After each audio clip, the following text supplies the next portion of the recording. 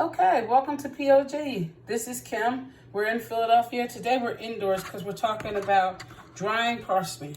And so this is my parsley. I picked it out of the garden this morning. And you're supposed to pick parsley out of the garden first thing in the morning because as the heat hits it, it takes the flavor out. So just a recommendation, take it first thing in the morning. Now, I've washed it off. I'm drying it. Remember, this will remove a lot of that excess water that you don't want.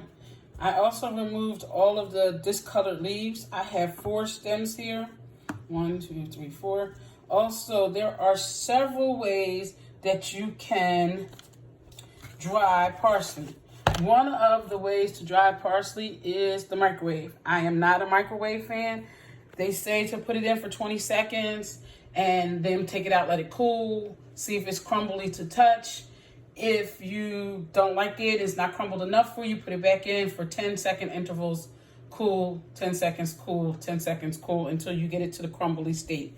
That is your choice. The second one is a dehydrator. Dehydrators are machines that you can purchase. They run anywhere between $40 to $120. And if you are really into drying your fruits and vegetables or any of that, you can buy a dehydrator.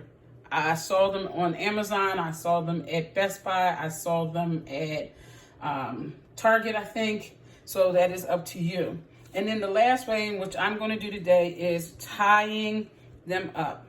So basically all you do is you punch them bunch together, just like this. Okay, you bunch them together.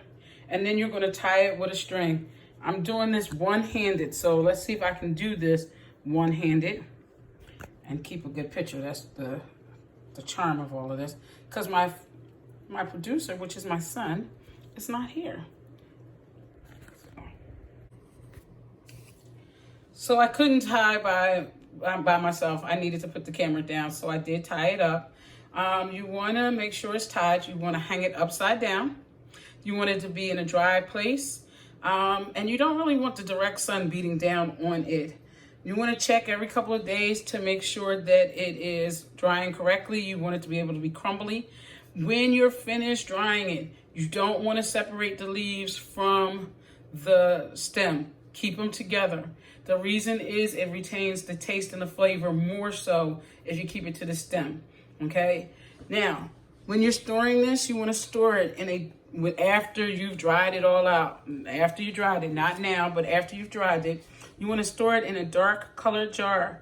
You can store it for 6 to 12 months.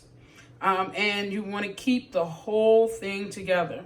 Please keep it together because that flavor is going to stay in those leaves as long as it's on the stem. Once you start taking it off the stem, you start losing some of that flavor. Again, these are my opinions off of what I do in my kitchen. You can try it both ways, taking it off the stem, keeping it on the stem. This is just my opinion. All right? If you have any questions or comments, you can always leave them. Have a nice day, and I hope you enjoy your parsley.